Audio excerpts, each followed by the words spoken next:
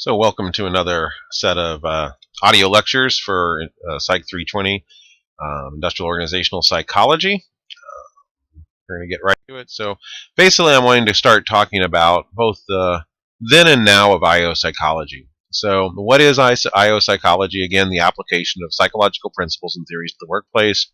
And we've kind of been talking about broadly that the focus is in industrial organizational psychology, IO psychology. The I is kind of focused on organizational outcomes and how to make organizations more efficient, more profitable, but also the O side is focused on how to make sure that those employees are also motivated and satisfied with their work, their jobs, and their careers. And both of these fuel on each other. Satisfied and loyal employees are going to be more productive, which helps an organization's bottom line. And if you select the right people for the right jobs and give them the right training, they're more likely to also be satisfied. So though we make this artificial distinction between I and O psychology as far as the type of work that's being done, the goal is really the same. In both cases, the goal is a better workplace for the individual and a better workplace for the organization. So, we often talk about treating employees fairly, making jobs interesting and satisfying, and making people more productive are kind of some of the broad areas that IO psychology, both the I and the O, kind of focus on. So I'm going to be talking about some of the broader aspects of how IO psychology makes the world a better place. And I strongly do believe that organizations that allow IO psychologists to apply what we know of human behavior usually find strong payouts, both in how the individuals in the organization are perceiving the organization and their jobs, work, and careers, but also in the bottom line of those organizations. And this has been shown over and over and over again that the application of the techniques of psychology to the workplace does result in very measurable differences. Organizations that use these techniques do have higher productivity, make more money, have less turnover, people leaving the organizations, and have more loyalty in those of the people that are in that organization. And I also, in those same situations, those organizations also have more satisfied and loyal employees who report less stress and also less work-family conflict. In other words, where their work roles and their family roles are constantly at odds with each other. So one of those big aspects is also with IO psychology is treating employees fairly. So treating people from a diverse background fairly, selecting the right people for the jobs without bias, providing training in organizations to help people actually work together that come from diverse practice or backgrounds, to make sure that the rewarding of promoting and raises is bias-free, and to also address possible harassment of various people in organizations. And all of that really boils down to assessing performance accurately. And this is not only driven by, it's basically driven by three main factors. The first one is basically just a social justice kind of background of, in the United States and in many other parts of the world, there's a strong belief that people should be treated fairly and people expect to be treated fairly. So an organization that makes an effort to treat their employees fairly is going to be well received. There's also an economic payout. Again, large mass field studies examining the performance of various organizations have found that organizations that have policies which protect their employees, the policies that make sure employees are being treated fairly, have kind of a diversity plan, a diversity process, are also often usually more profitable. Now, an argument could be made, well, maybe organizations that are more profitable have the extra money to spend on these kind of programs.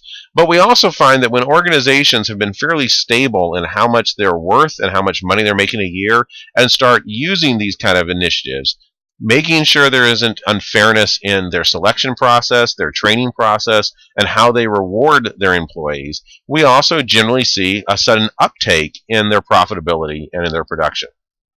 And the final aspect of this is it's also driven by U.S. and also other foreign countries' laws that require organizations to treat employees fairly. So, the next fact, so I said, the three main things that we're doing in IO psychology broadly is, one, we're working on treating employees fairly.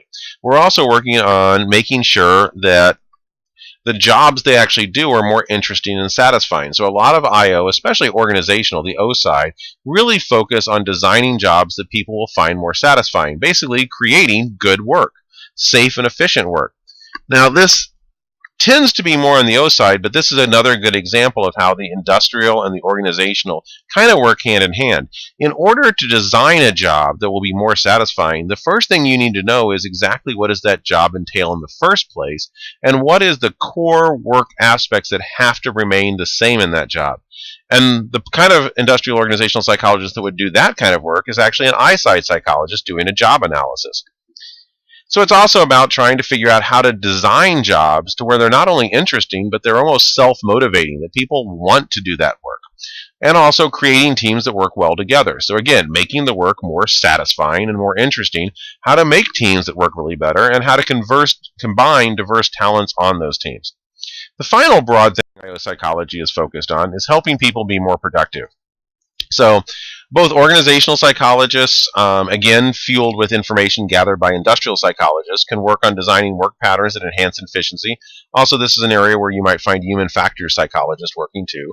Providing skills, training, and development, so that's kind of more of an I-side focus on it. So how do we actually make sure that people have the skills necessary to do their jobs well?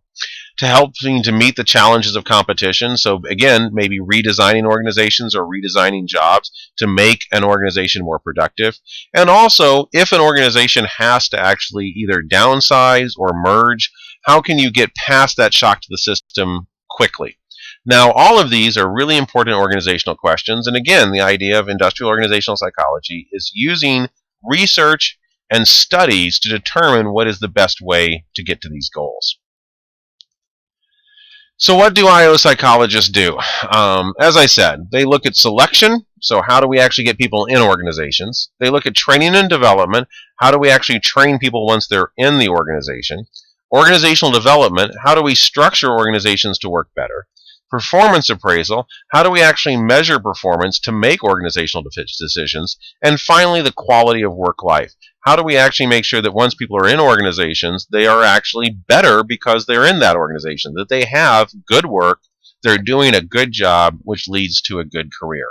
And all of these are the goals of not only everyone that's in the workplace, but also of industrial organizational psychologists.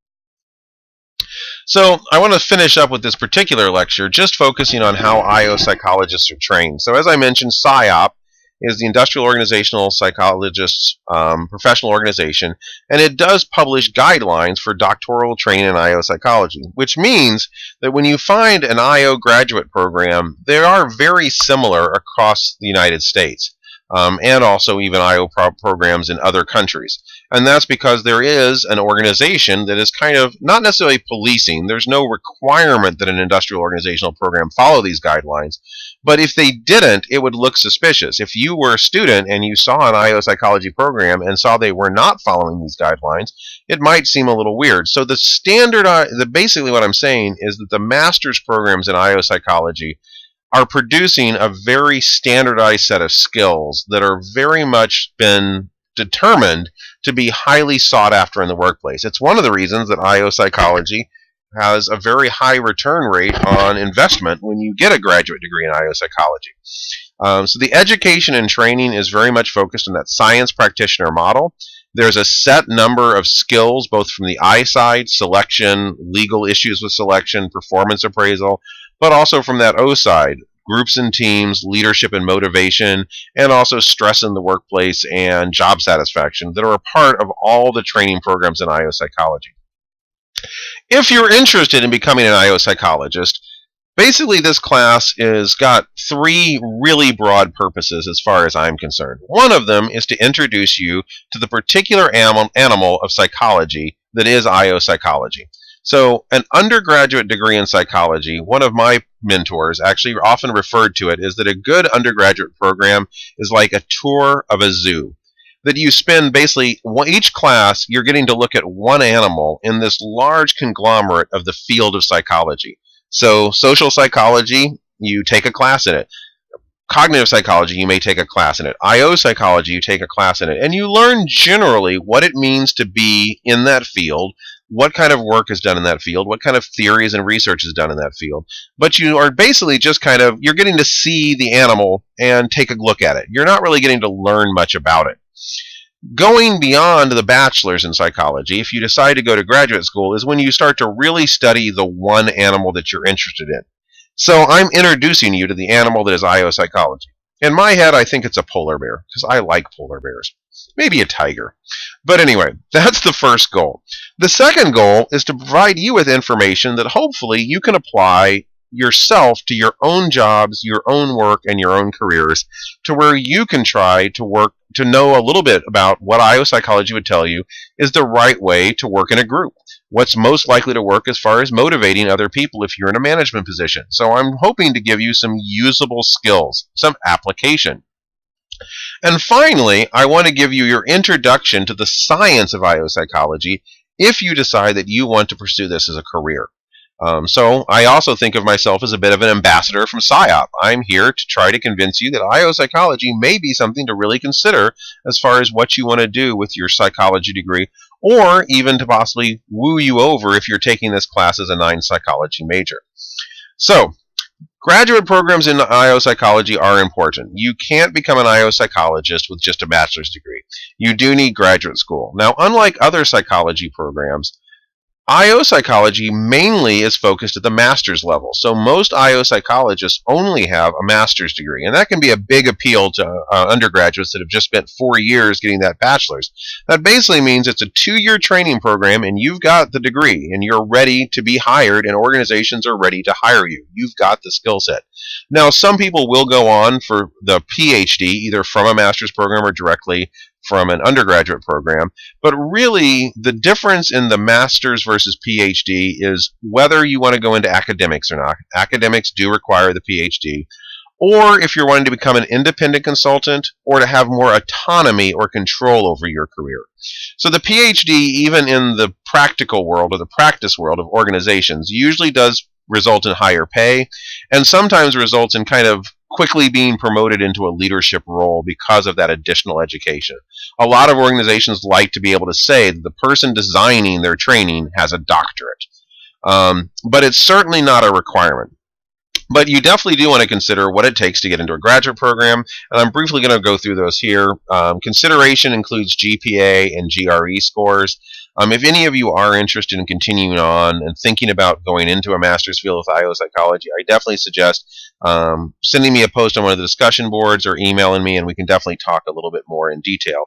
GPA, generally speaking, you're wanting at least a 3.0 or higher. A 3.5 or higher is ideal. GRE scores, you definitely need to take the graduate record exam, and most master's programs are looking for approximately a combined score of 300. PhD programs, definitely a little higher, somewhere in the 310 to 315. Most IO psychology master's programs are expecting that you have done well in statistics and research methods, and often there's more emphasis on coursework than major. So our industrial organizational psychology program at SIUE often has people that aren't psych majors. We sometimes have business majors. We sometimes have sociology majors. We've actually had a criminal justice major join the program. The question we're asking is, have you had research methods and statistics? Do you have some work experience or business class background? And also, have you had classes in organizational psychology, industrial organizational psychology, and also test and measurement? So if you're wanting to make sure that you look attractive to an IO graduate program, you're going to want to do well in research methods and statistics. You're going to take extra classes if they're offered in those subjects, because it is a science practitioner model. There is a focus on statistics and methodology and doing research even in organizations. Test and measurements classes are very good to do well in because, again, tests and measurements are about testing and measuring individuals to learn about individual differences. Well, that's that PE fit I was talking about earlier, measuring the person to see if they fit with the organization. And finally, actually, management and business classes. Having a minor in business looks great to IO psychology programs. Most master's programs and PhD programs are expecting that you've done some research, and what I mean by research is actually working in a faculty member's research lab. And the more that faculty research is in the field of IO psychology, the better that's going to look. And finally, just how well you fit with the program, what your goals are.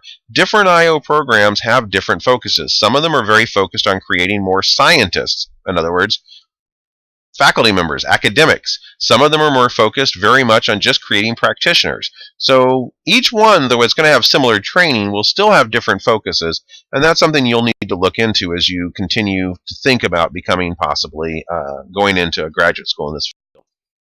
So the demographics of IO psychologists, to kind of give you an idea of just what IO psychology as a field looks like. In 2000, IO psychology represented about 6% of all APA members. So the American Psychological Association, if for every 100 psychologists, 6 of them are IO psychologists. So we're definitely in the minority.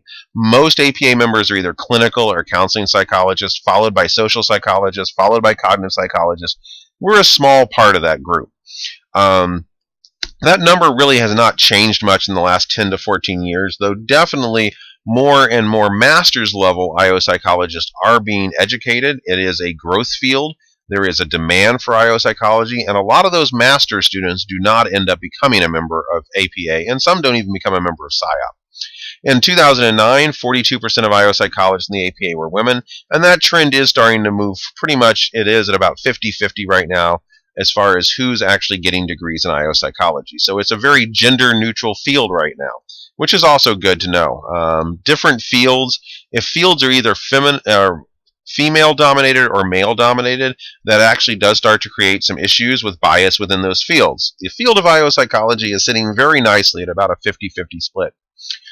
The actual number of PhDs in IO psychology is actually more likely to go to women at this point. So most men in IO psychology tend to finish the master's degree and go into practice. Of the people that decide to go into the PhD, there's a slight shift towards women going into that field.